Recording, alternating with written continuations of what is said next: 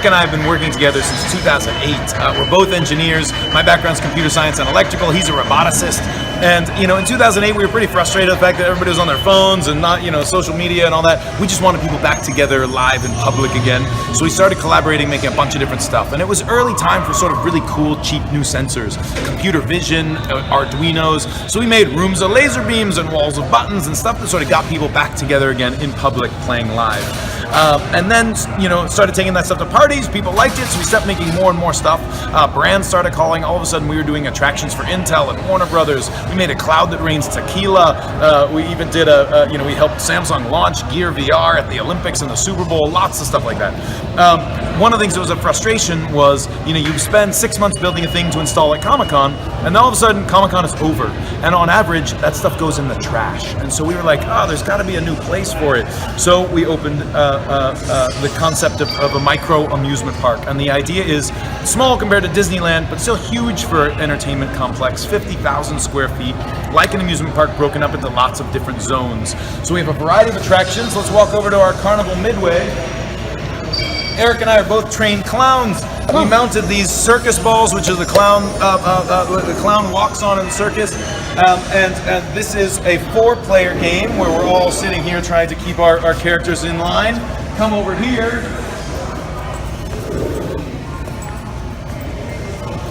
And you'll see this is our wrecking ball game. Not a construction crew, we are part of the destruction crew. So please grab your wrecking ball, and we're going to avoid the humans and try to destroy the building as we pan down this thing. Okay. So, all right, ready? Swing that to start. Okay, good. And you're hired. All right. You can see we got the haptics and the floors. Every time you hit, it's gonna vibrate. All right, destroy as much as you can. All right.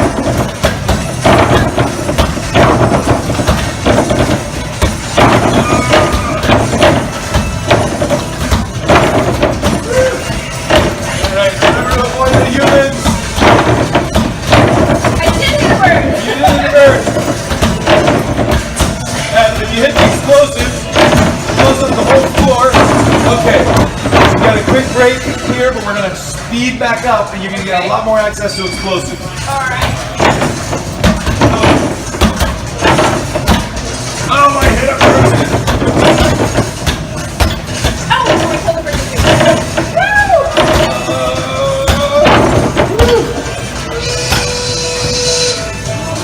I might have played So you have what look like RFID card readers here. Yeah. So is it a pay to play or the park is free to get in, and then you get this playing card because we're nerds. It looks like a playing card, but this is what gets you access: stored value card, pay as you go, different pricing depending on the attraction. You know, the arcade is one price, the other things are different price. Now, you'll see we've made a bunch of the stuff in here. We've also worked with partners to adapt their stuff to this, as well as bought things whole cloth. Skee Ball is awesome. We have a... it's the best game ever. It is such a wonderful game. Since 1909, you know, it's crazy. It doesn't go out of style. No, it does not go out of style. This is a great local artist. This is a photo booth. Jenny, why don't we pop in here and you'll get to see. We're going to turn our heads into TVs. All right. Okay. So he's getting a good photo, hopefully. Okay, you'll get to see what it looks like now. So coming out? Yeah. So at any rate, he's got that on camera now. Well, our heads end up on those televisions. Okay. So, have you guys done escape rooms before? I have, yes. I have not. So escape rooms, really fun style of entertainment. You know, there were in LA in 2013. There were 0. There's over 100 now. They're all over the world. Really fun style of entertainment. We actually started exploring the space in 2010. We just wanted a live-action adventure where you're the character. So we made a whole spy academy. We think of escape rooms as a subset of a much bigger category we call story rooms. Basically, what happens if the story is not about escaping the room and you want to float down a haunted bayou or pilot a spaceship through the galaxy? So behind each of these doors, we have a variety of different experiences. So come on in. All right. This is our haunted bayou. And I wish that the lighting was better, but you'll see that we have an entire set of VR headsets. We're gonna get onto this raft. There's a railing on the raft, and then we're all gonna basically float on down the river. And we're going to defend our raft from all sorts of crazy attackers coming in, and it's just going to be absolutely nuts. The attackers are attacking us from the side. Ultimately, the raft catches fire. We reach down, pick up a real fire extinguisher in order to put it out. So we're all working together to make sure that we can get down the. And you're using the HTC Vive? We're using the HTC Vive HP backpacks. This was done in collaboration with Starbreeze and Red Interactive, a couple of great developers.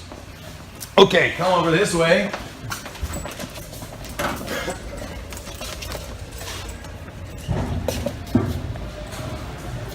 And behind door number 2, All right. we're going to Space Squad in space.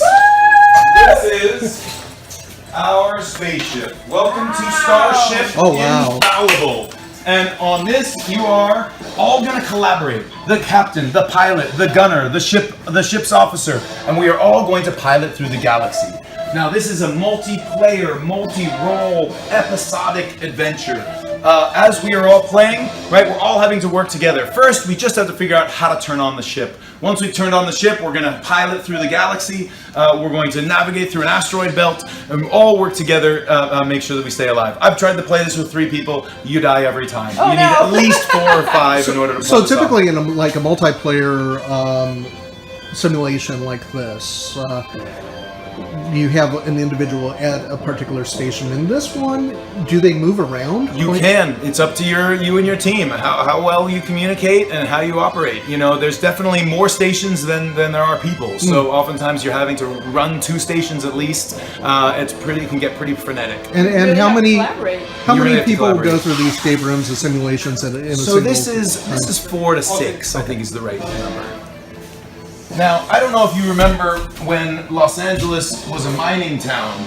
Oh yes, I was living down here back then. You were living down, yeah. So this was a great mining town. There was that legend of the hidden temple. Yes. Remember that? Yeah. Well, so when we started construction, you'll never guess what we discovered. What'd you find? We found an old mine shaft. Ooh. And that mine shaft is a very crazy place because once you're in here and you have the various explosives and everything all wired up, we're going to be able to get beyond this mine shaft into a place that you're not allowed to film. Okay. Yeah, so maybe we're going to turn this off. We'll turn that off.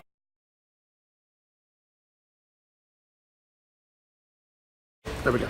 Typically, when you go through an escape room, you have an attendant who's monitoring you, who throws you clues. Are you doing that as well, or is this an automated system?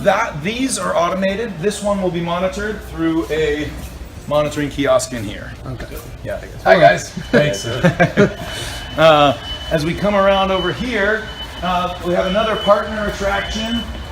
This is Asterions VR maze. So again, in a headset and backpack, the VR experience is mapped to the maze. And so we've got Ubisoft Rabbids, there's a Minotaur maze, and what's so spectacular is inside the headset feels so much bigger than this maze, right? At a certain point you're going in an elevator with the floor vibrating, you really get to feel like you're traveling through a huge expanse. The Rabbids a little more kid-friendly, the Minotaur's a little more aged up, both a ton of fun.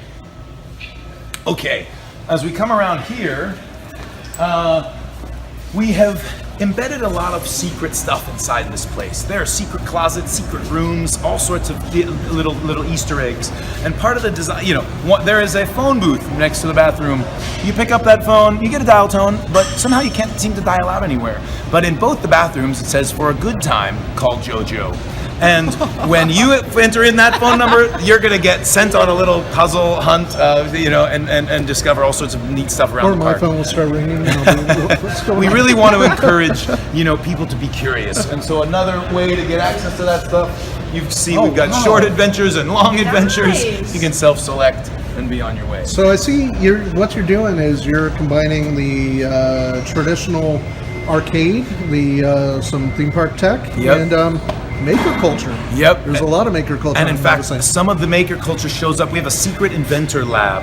So we have an entire fabrication facility, router tables, laser cutters. Not only is our team based upstairs so that we can iterate and test super quickly, but we also bring in outsiders so that, first timers can learn how to make special controllers. Existing game developers can learn how to adapt their stuff to arcade. So we have a whole pipeline of content that we can bring people in to be able to showcase inside the park.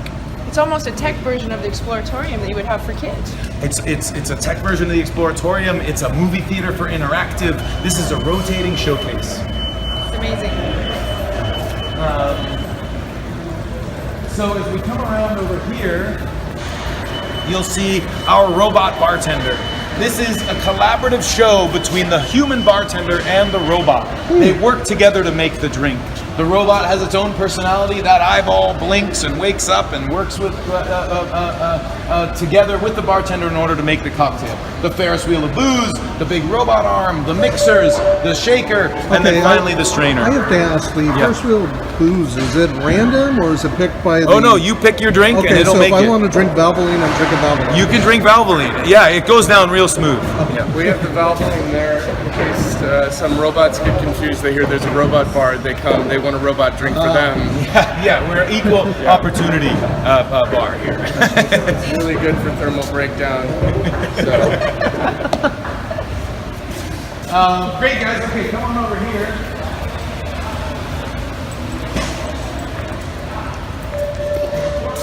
You'll see in here we have what is basically sort of a karaoke room meets VR. These are both for virtual reality, groups of 6 or 7, as well as proper karaoke. So private party room you can rent by the half hour and then go out and play in the rest of the park, but still have your own space. Nice.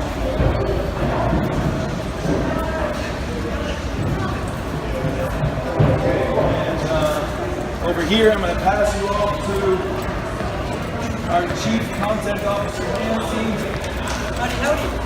These folks are for InPark Magazine, the amusement nice trade. And this is Nancy, our Chief Content Officer. Pleasure to meet you, Nancy. You guys are in Nice to great Nancy, hands Joe. with Nice her. to meet you, Joe. And hey, thanks you guys. Excellent. Wonderful, yeah, thanks for coming. Ren, Great. thanks so much. Nice to see you, thanks a lot. So, sensory overload? No, everything's just amazing. Yeah, it's really It's a lot to process. So I'm the Chief Creative Officer. I'm talking about VR primarily, though VR is 20% of our offerings here. And if you are new to VR, you can see everything that the big fuss is about. We've got every kind of experience possible. In the VR Cabanas, we offer 2+ dozen opportunities for people to play in VR in private gameplay with bottle service. 6 to 12 people in a private room. Whoever's in the Vive headset, you can see what they're doing on the full screen behind you. You can take a look inside. So with 20% being VR, are you also doing AR in the facility? Yeah, we will be doing AR, absolutely. And this whole area, we have to see it as broadcast to the midway, which is formed by color, but also about physical verbs and old gameplay updated. This is really about the future because this kind of media, XR, is really about embodiment, physical engagement, plus scale, time manipulation, all those fun things that you can do, and we hope to do a lot more of. And in this area, we have what we call the arena. I'm right behind you. Oh, here! And I'll continue with this team. I'm going to jog back on the VR.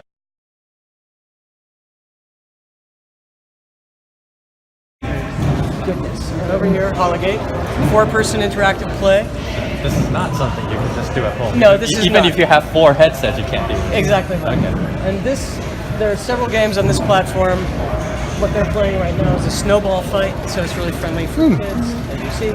And also, we have these fighting games, Samurai, which allows people to fight off aliens and zombies together or against each other together. Over on the right,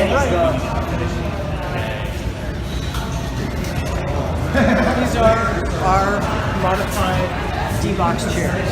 We modified these with joysticks so that you have the haptics and motion of control. But also these 4 gang together, and as you can see, these 4 people are playing Battle Zone. Are these the Unique license between us and the creator. are these the theatrical versions of D-Box the is D-Box? the theatrical chair, and we've modified them for this use. And so these are all entrained for play. It's 3D, 360, vivid, virtual fidelity. Wow. It's really, really fun. I remember doing the BattleTech at Dave & Buster's when they had those little systems set up. Yeah. So Battle that's Zone very is something you similar. can play on, when you're on Sony, VR, or anything else. But here is a unique setup. It's really, really fun. We also have a space flight experience on these chairs, and also Rabbids roller coasters. Roller coasters are really popular, as you probably know, but they're really fun.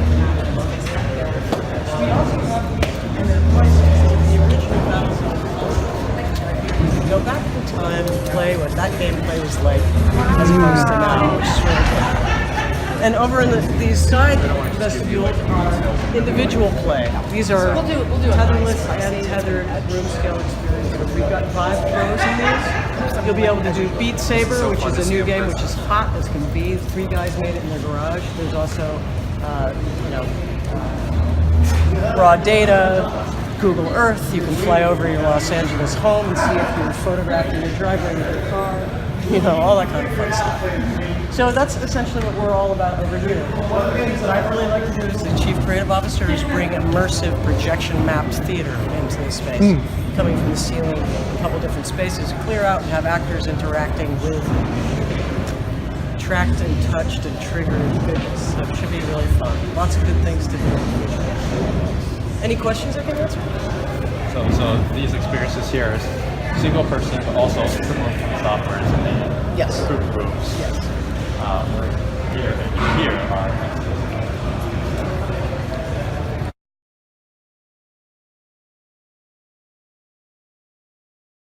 All right. Okay, so I'm going to need you to be at separate tables for this.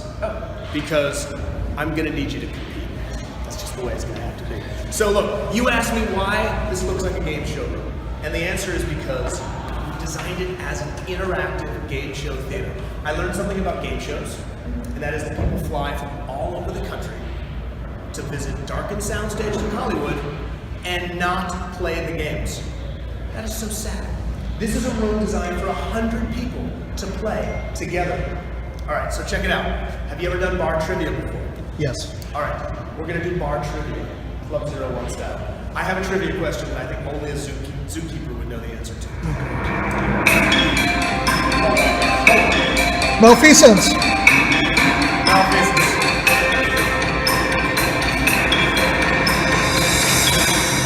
Let's try this one more time.